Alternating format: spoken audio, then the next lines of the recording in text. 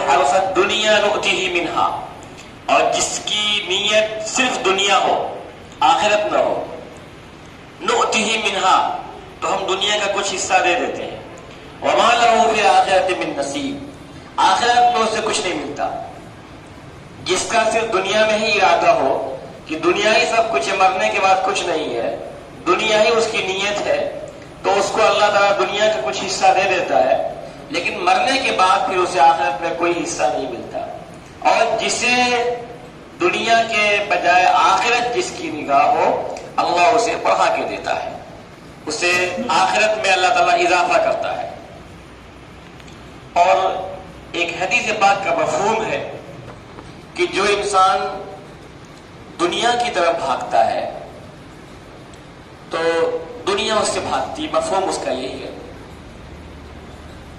اور جو انسان دنیا سے بھاگتا ہے دنیا اس کی طرف تیزی سے لپکتی ہے، اور دنیا اس کی طرف ذلیل و خوار ہو کے آتی ہے۔ آپ دیکھیں جتنے اللہ والے ہوتے ہیں، اللہ کے ولی ہوتے ہیں، انہیں دنیا کی محبت ہی نہیں ہوتی ہے، انہیں بڑی بڑی چیزیں ملتی ہیں لیکن انہیں اس کی ضرورت ہی نہیں ہوتی، وہ دل سے غنی ہوتے ہیں، بے نیاز ہوتے ہیں دل سے، اور آخرت ہی اصل سب کچھ ہے۔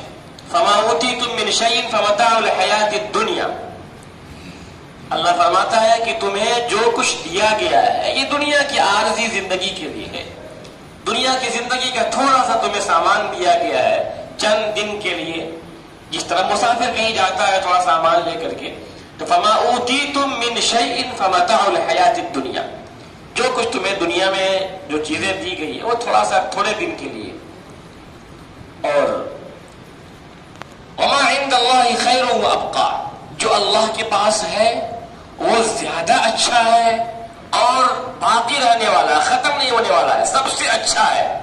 یعنی ہمیں جو جنت میں نعمتیں ملنے والی ہیں وہ سب سے اچھی ہیں، وہ ختم نہیں ہونے والی ہیں۔ للذین آمنوا وعلی ربہم یتوکلون، یہ ان لوگوں کے لیے ہے جو اللہ پہ ایمان لائے ہیں، اللہ پہ یقین کرتے ہیں اور اللہ پہ ہی بھروسہ کرتے ہیں، تو اللہ کے پاس انہیں جو ملے گا وہ بہت عالی شان ہوگا۔ ہمیں چاہیے کہ ہم آخرت کی زندگی کی فکر کریں، اصل زندگی آخرت ہے، یہ زندگی کچھ نہیں ہے، کوئی گارنٹی نہیں ہے، چلتی پھرتی زندگی ہے، برف کی طرح ایک تو زندگی پگھل رہی ہے اور نہ جانے کب زندگی کی ڈور ٹوٹ جائے کوئی جانتا ہی نہیں ہے۔ ایک بزرگ سے کسی نے پوچھا کہ عبادت کا سب سے بہترین دن کون ہے، تو کہنے لگے مرنے سے ایک دن پہلے۔ تو کسی نے کہا حضرت یہ تو پتہ نہیں کہ موت کب آئے گی، تو کہنے لگے پھر ہر دن کو سمجھو کہ یہ تمہاری زندگی کا آخری دن ہے، یہ سمجھو کہ کل تمہیں مرنا ہے، ہم آج جتنی عبادت کر سکتے کر لیں، کل ہمیں زندہ نہیں رہنا ہے۔ حضرت حاتم اعظم کے بارے میں آتا ہے کہ جب وہ نماز کی نیت باندھتے تھے تو دل میں یہ نیت کرتے تھے کہ شاید میری زندگی کی یہ آخری نماز ہوگی، اس نیت سے نماز پڑھا کرتے تھے حاتم اعظم، اور سامنے اللہ کو دیکھتے ہوئے دل میں یہ خیال ہو کہ رب العالمین احکم الحاکمین خالق کائنات موت و حیات جس کے قبضے میں ہے وہ میرے سامنے کھڑا ہوا ہے، ہم اس کے آگے اپنے سر کو جھکائے ہوئے ہیں، تو دل میں یہ ارادہ ہو کہ ہم خالق حقیقی کے سامنے کھڑے ہوئے ہیں، اللہ رب العزت ہمیں سب کچھ دینے والا ہے، سب کچھ کرنے والا ہے، ہمیں اس اللہ کی عبادت کرنا ہے۔ جب ہم یہ کریں گے تو اللہ کی طرف سے مدد بھی آئے گی، اور ہر حال میں اللہ کا شکریہ ادا کیا جائے۔ ایسا نہیں ہے کہ اللہ نے 99 نعمت دی، ایک نعمت نہیں دیا تو اس پر ناشکری کر رہے ہیں، انسان گھبرا جاتا ہے۔ وہ ایک واقعہ آتا ہے، مولانا روم نے ایک واقعہ لکھا کہ ایک آدمی تھا، اس نے سب کچھ چھوڑ کر کے اللہ کی عبادت کرنا شروع کیا، اب دن رات اللہ کی عبادت، سارا کام دام سب بند، اب اللہ کی عبادت میں بہت مگن ہو گیا۔ اب ایک وقت ایسا بھی آیا کہ جو کچھ تھا کھانے پینے کو سب ختم ہو گیا، کچھ بچا ہی نہیں پاس میں، اب بھوکا رہنا شروع ہوا۔ پھر ایک دن بھوک کے عالم میں کھڑا ہوا تھا تو دیکھا کہ راستے میں چند گھوڑے جا رہے ہیں، بڑے عالی شان قسم کے گھوڑے، ان کے جو اس پہ جو بچھونا بچھتا ہے وہ سونے کا، اور اس پہ جو لوگ سوار تھے وہ دیکھنے میں کسی بادشاہ سے کم نظر نہیں آ رہے تھے.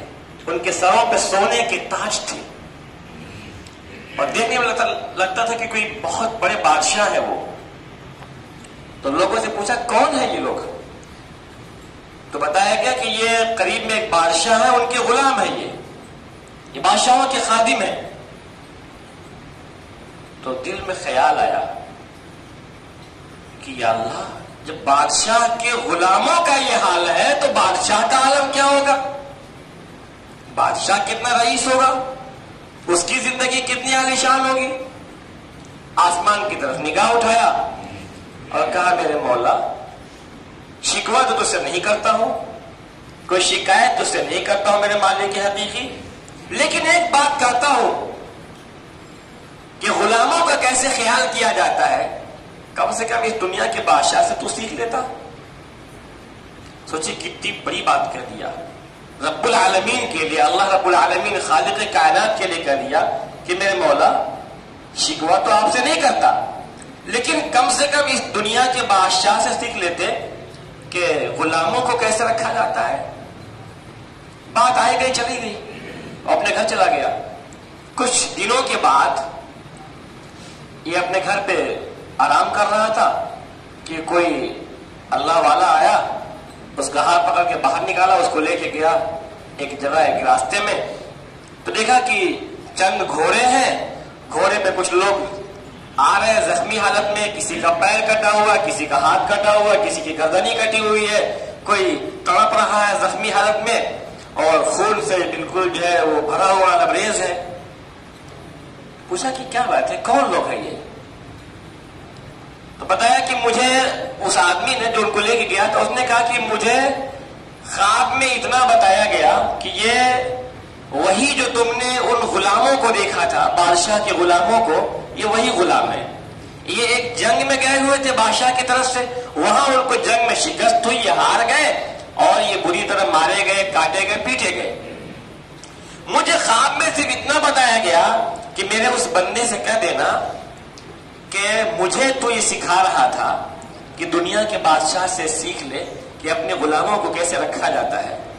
تو بھی ذرا ان غلاموں سے سیکھ لے کہ غلامی کیسے کی جاتی ہے، کہ دیکھ اپنے بادشاہ کے لیے گردنیں کٹا دی، دیکھ اپنے بادشاہ کے لیے پیروں کو کٹا دیا، دیکھ اپنے بادشاہ کے لیے ہاتھوں کو کٹا دیا. قربانی دینا تو تم سیکھ لے ان غلاموں سے. مولا کائنات کے لیے، اللہ رب العزت کے لیے قربانی کیسی دینی ذرا سیکھ تو لے. ہمارا حال تو یہ ہوتا ہے کہ ہم قربانی دینا جانتے نہیں، قربانی سمجھتے ہیں کہ بس جو بقرعید میں کرتے وہی قربانی نہیں. قربانی تمام چیزوں میں، مال کی قربانی، جان کی قربانی، وقت کی قربانی، ایثار، ترجیح. جب ہم اللہ کے لیے کریں گے تو اللہ کی مدد آئے گی.